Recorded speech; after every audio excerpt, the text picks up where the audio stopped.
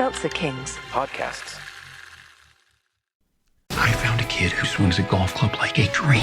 I'd like to try to qualify him for the U.S. Amateurs. Coming to Apple TV Plus. What's your name? I'm not into older guys, but I'm flattered. A new comedy series, Stick. I don't want to go on this trip. Your mouth's saying one thing, but those eyes are saying something else. From the home of Ted Lasso. This is your shot at redemption? This is your mulligan? Owen Wilson. This game takes and it takes. The game's finally giving me something back. Stick. You know Arnold Palmer? Iced tea, lemonade, mix it. I'm missing a nap for this. Streaming June 4th on Apple TV Plus.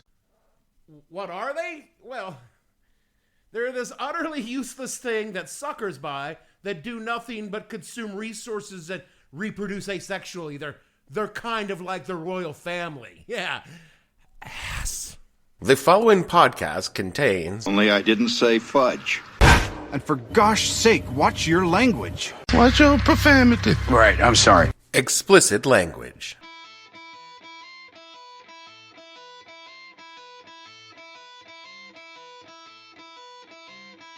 Hello and welcome to the podcast that asks a simple question. When you wanted the master race and wound up with invisible brine shrimp, what the hell were you thinking? I'm your host, Dave Bledsoe, and this is episode number 362. I did not see Monkey That Coming edition of the show, where we talk about the comic book Backpage Obergruppenführer who created SeaMonkeys. Stay tuned. What the Hell Are You Thinking podcast is brought to you by Expo Specs X-ray glasses. Are you curious what lies beneath the surface? Want to peer deeper into the hidden, the secret, the forbidden? Then Exo Specs Super X-ray glasses are for you. Simply slip on Exo Specs and see the world you always wanted to see but couldn't. Warning, Exo Specs are not intended for prurient purposes. The use of Exo Specs to see the naked human body is strictly forbidden, even if it's completely possible, and you shouldn't use these glasses, which only peer through a thin layer of cloth, not human skin, bone, and muscle, to do things like that. Only a real sicko would use a novelty toy for voyeuristic thrills, even though they have literally no other functions. These are not a way to get your perverted rocks off by seeing hot naked people everywhere. So turn your head. Please use Exo Specs responsibly. Oh no, it's Dead-Eye Dan, and he's heard that sea monkeys are in town. Dan, wait, don't go in there. Sea monkeys ain't monkeys, Dan. Why, they don't even live in trees. They live in water, and for little fellas, they sure have big families. All anyone in this town has to do is add sea monkey eggs to prepared water, and bang, they see them alive. Now, Dan, there's only room enough in this town for one kind of monkeys, and that's sea monkeys, so you better head on out. SeaMonkeys, the amazing instant pets for the whole family. A few weeks ago, I was a little drunk. Really? Why am I not shocked? And I clicked on a Facebook ad. Look, this isn't something I would normally do because, well, I ad block like a motherfucker, but this one had slipped through for some technical reason that I don't understand, and it was for an acoustic guitar. You see, when I was young, I played guitar. Very badly. Because I thought maybe it would get me laid. It never did. You know what did get me laid? Malt liquor. Correct, and women with horrible taste in men. Still, I kept those guitars for decades afterwards until I realized I hadn't picked one up for longer than I could remember, so I sold them. Fast forward about 10 years or so, and I'm a little drunk. Yes, thank you, we've established that. And I get to thinking. I think to myself, you know what I should do? I should take up playing guitar again. Because this is what it's like to be a middle-aged dude, folks. We spend a lot of time trying to pretend we aren't middle-aged by trying to do the things that we did when we were young. At least taking up guitar is less dangerous than thinking I could do some sort of physical activity like my youth, like a keg stand or something. Anyway, I saw this ad on Facebook, which strongly implies Facebook is basically scanning my brain via Bluetooth because I hadn't searched for a guitar and had literally just thought of the idea. Shit, they're reading my mind. Being a little drunk like I was, That part I already knew. I missed some fairly obvious clues that this was in fact a scam. Like how the branding was for Guitar Center, but the website was not for Guitar Center. And I plugged my credit card into the said website, and my money was promptly stolen. Guess we all should have seen that coming. I should have, but again, I was a little drunk. The reason I bring this up is that Facebook is evil and should be burnt to the ground, and Facebook ads are basically the ads on the back page of comic books when I was a kid. for shit like x-ray goggles, giant playhouses that were nothing more than a fucking garbage bag on some balsa wood sticks. Which brings me to this week's topic. The guy that created SeaMonkeys was a fucking Nazi. Not like a GOP congressional candidate who flirts with Nazism, but like a dyed-in-the-wool swastika-wearing fucking Nazi. Nothing changes. Fucking Nazis. You see, before comic books were high art and financially lucrative, if extremely repetitive movie franchises they are today, they were, For the kids. Yeah, like I'm not saying our dads didn't leaf through them while sitting on the shitter. It's just that they weren't written with adults in mind, or even for perpetual man-children like, a podcast host. Sure, a lot of people today want to tell you that comic books tackled high-minded social topics and broached cultural barriers that couldn't be addressed in any other media format, and some of that could be true. But let's just say that Archie and Jughead circa 1975 weren't mining Camus for concepts on the absurdity of life. They were doing jokes about hamburgers and whether Archie wanted to bone Betty or Veronica. Here's a hint. Archie wanted to bone both at the same time. I believe it's Ménage à Trois. And since the comics were kids, the advertising, such as it was also for kids. And the advertising of the comics were all cheap shit toys or outright scams because, kids. This is some actual copy from one such ad that I found on groovyhistory.com. Quote, imagine your friend Jacques when they walk into your room and see the monster reaching out bigger than life. Frankenstein, the original man-made monster, that creation of evil genius that terrorized the world. A giant 7 foot tall, his eyes glow eerily and his hand reaches out, as awful and sinister as the wildest nightmares. Yes, Frankenstein is 7 feet tall, in authentic colors, on durable polyethylene, so lifelike you'll probably find yourself talking to him. Won't you be surprised if he answers? That sounds awesome. Now, if you were 7 years old and read this, your mind is going to conjure up a massive plastic monster, something so lifelike that it lurched off a movie set or out of your closet in the middle of the night, and it was only $1. What right-minded kid wouldn't spend $1 of their birthday money, plus 25 cents postage and handling, to receive a 7 foot tall monster statue? And then, after you've waited for weeks, an envelope arrives in the mail. Just a regular-sized envelope with a shitty plastic wall hanger cut out in Frankenstein shape. And it was the first time that most of us realized that capitalism will fuck you every time. But don't be mad at capitalism. Capitalism loves you. Now, if you were of the scientific mind or a budding Mark David Chapman and wanted godlike power of creation and control over a race of tiny humanoid creatures, Wouldn't want something like that. there was a ubiquitous ad in every comic book that promised you just that kind of power. The ad copy was, it was something to behold.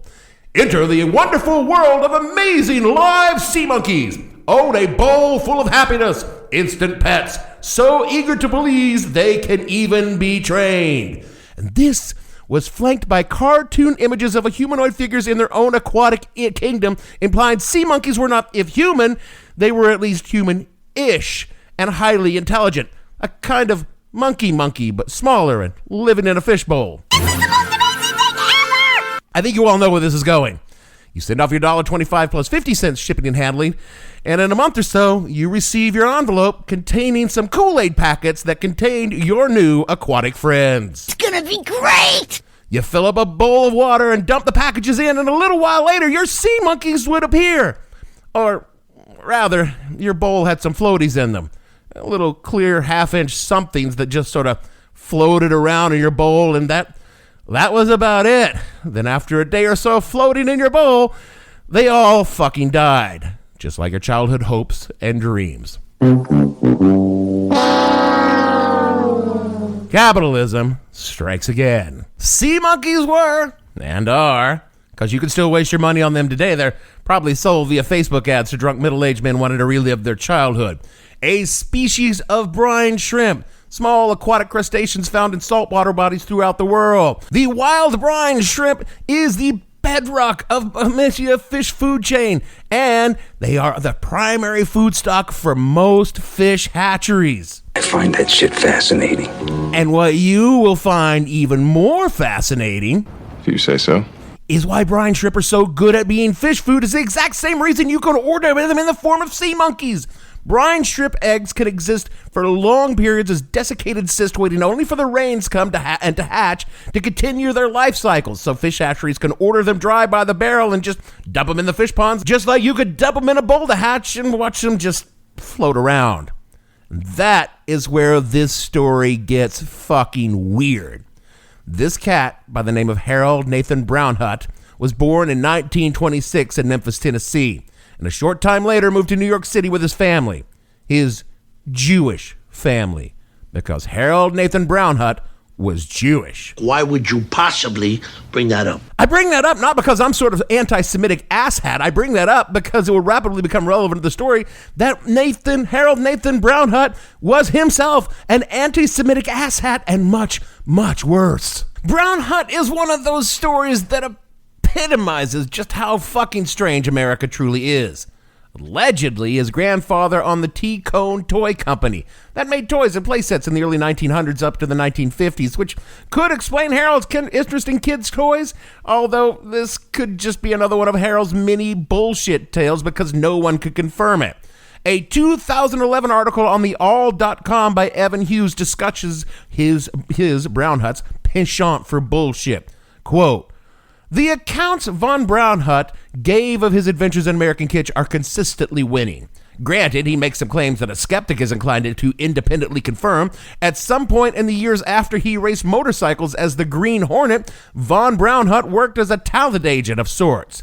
He tells a magazine about a stunt performer he used to manage. The article has von Brownhut calling him a fellow by the name of Henry Lamore, who would dive from a height of 40 feet into a kiddie pool filled with 12 inches of water.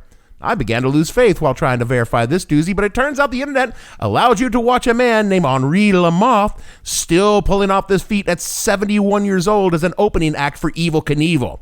Anyone so bold by the SeaMonkey ads could tell you it was hard to say exactly where von Brownhut was walking the terrain between truth, embellishment, and con. That was his gift. He convinced us to look at the jazz hands and lose sight of the footwork. Von Brownhut's inventions were not quite what they seemed to be, neither was he," unquote.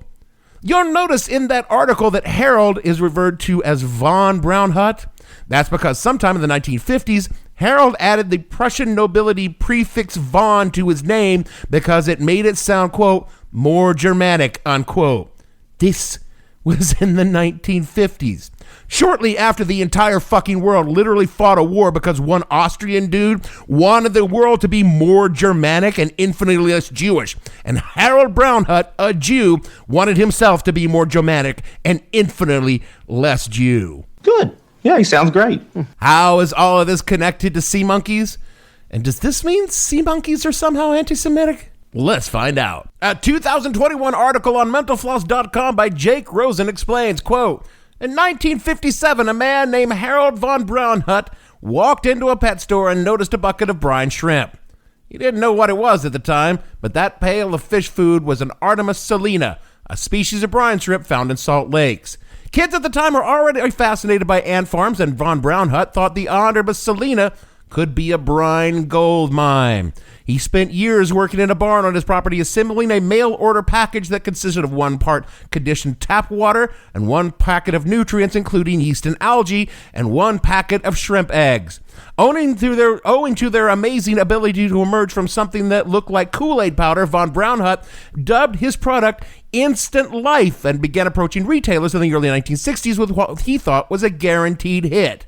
It wasn't, because there was already something called Instant Fish. That idea came from Whammo, the toy company responsible for the hula hoop, and had a similar premise, and it was a misfire, and one that retail buyers remembered when von Brownhut come calling. Instant Life was considered an instant failure. Then von Brownhut had another idea. Instead of trying to convince executives his shrimpies would be lucrative, he decided to aim his pitch directly at his target audience, impressionable children. In 1962, taking out an ad in a comic book was inexpensive compared to the television commercials that major toy companies were producing. Von Brownhut went on an ad-buying spree, grabbing space in everything from Batman to Archie to romance titles. He didn't discriminate, at least not with comics, and made his appeal to as many young readers as he could, using the time-tested method of selling straight-up crap to kids, unquote. If you have kids or just remember being a kid, you will know that straight-up crap is exactly what kids love, and Harold sold a shit ton of SeaMonkeys. Nor were SeaMonkeys his only product. If you love SeaMonkeys, then you will really love his X-ray specs. Also marketed in the back of comics, these ads feature a subtle image of a dude staring at a fully clothed woman with a leering grin on his face. The implication that these two cardboard lenses with a small hole punched in them created a kind of ghosting effect by diffraction or some such shit allowed you to see the bones of your hand and the woman without her clothes, resulting in a bone in your pants. Gussy it up however you want, Trebek. What matters is, does it work? Sadly, it does not. X-ray specs led to aqua specs to allow you to see through water, to hypno specs, which purported to allow you to hypnotize people, neither of which did anything at all. Then there were the hair-raising monsters, which was a piece of cardboard with crystals that grew if you put water on them. You could get crazy crabs, which were fortunately not marketed with double Ks. Crazy crabs, you could buy a hermit crab, which usually arrived to you in the mail quite dead. Then there were invisible goldfish, which is literally a cheap plastic fish bowl filled with cheap plastic plants that you would fill with real water, and then imagine there were really invisible goldfish inside. That's right, he sold you nothing, and you pretended there was something, which again is very, very capitalism. The man also invented the game Balderdash, which was literally a game about how good of a liar you can be, speaking volumes to the kind of man Harold von Braunhut really was. But it would be an entirely different kind of invention that would reveal Harold von Braunhut for the kind of man he truly was, which was a fucking Nazi.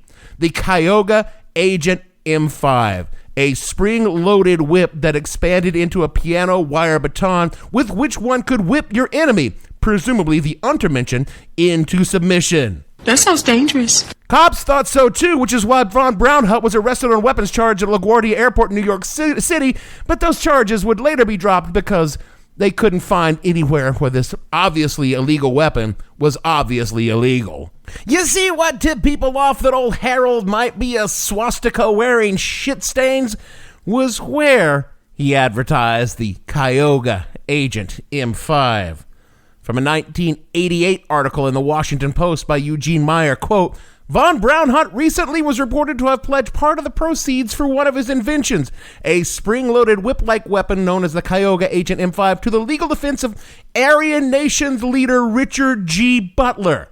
Butler was acquitted April 6th of sedition charges at Fort Smith, Arkansas.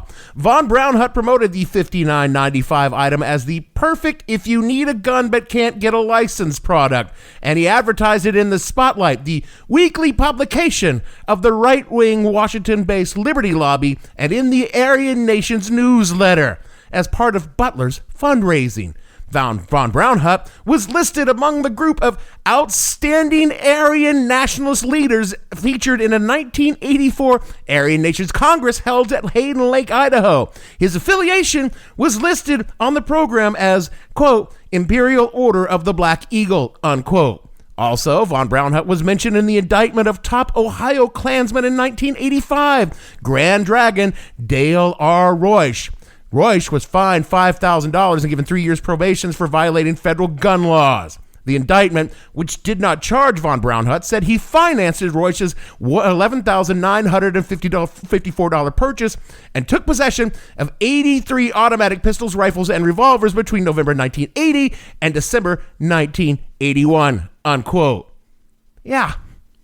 The money you spent on SeaMonkeys as a kid went to help the fucking KKK buy fucking guns.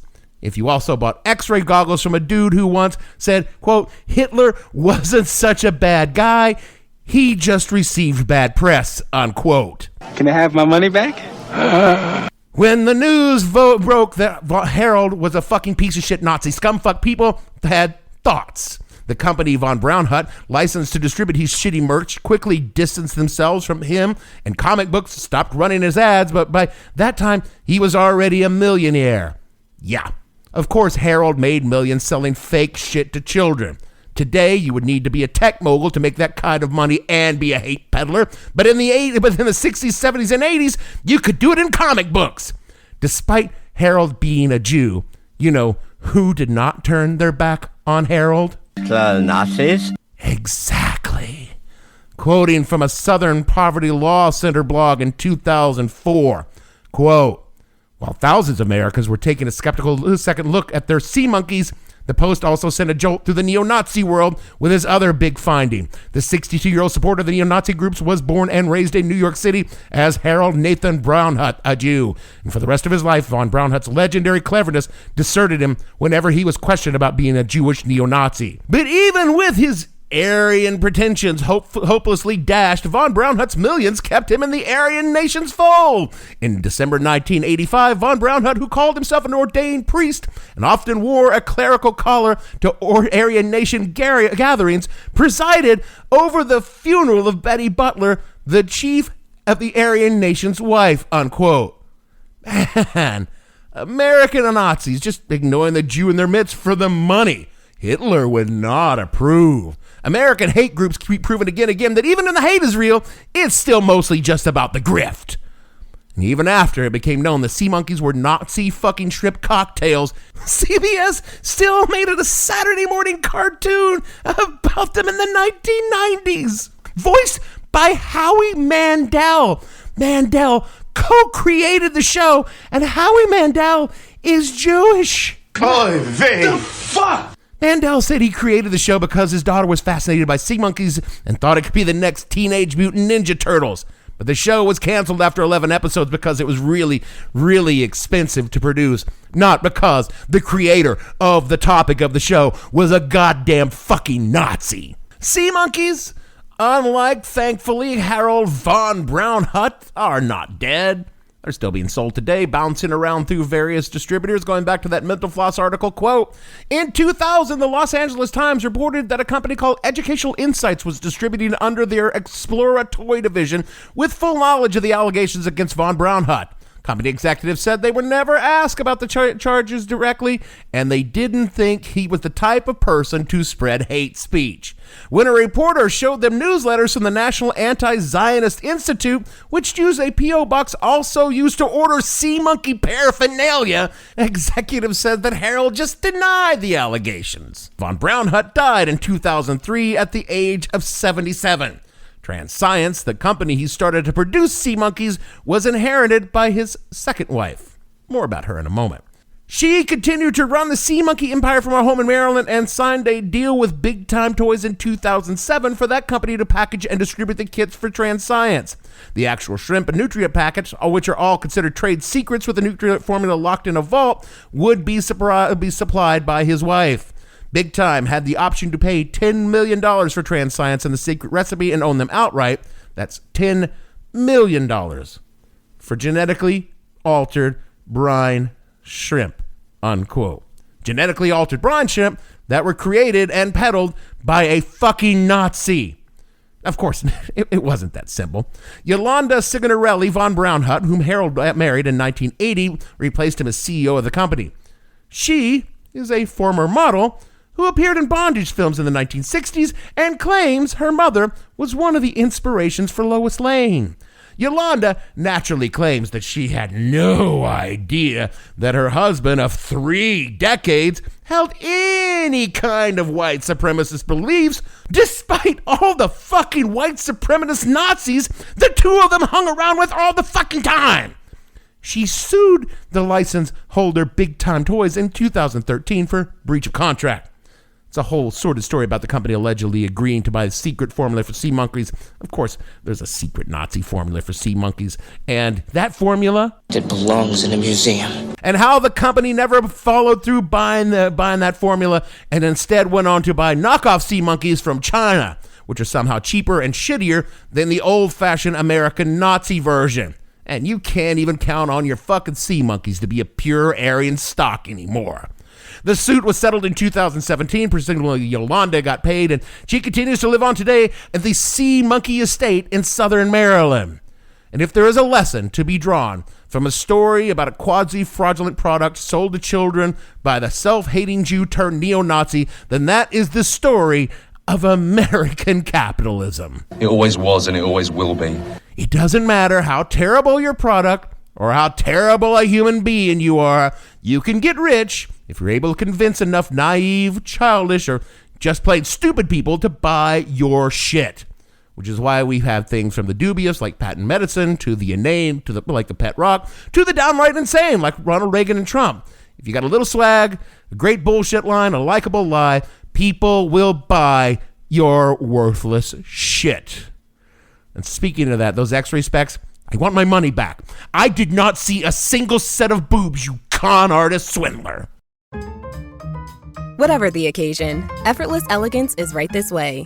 Because Hilton brings you new ways to stay courtesy of the Nomad London. And it doesn't stop at award-winning dining in a space draped in velvet and illuminated by vintage chandeliers.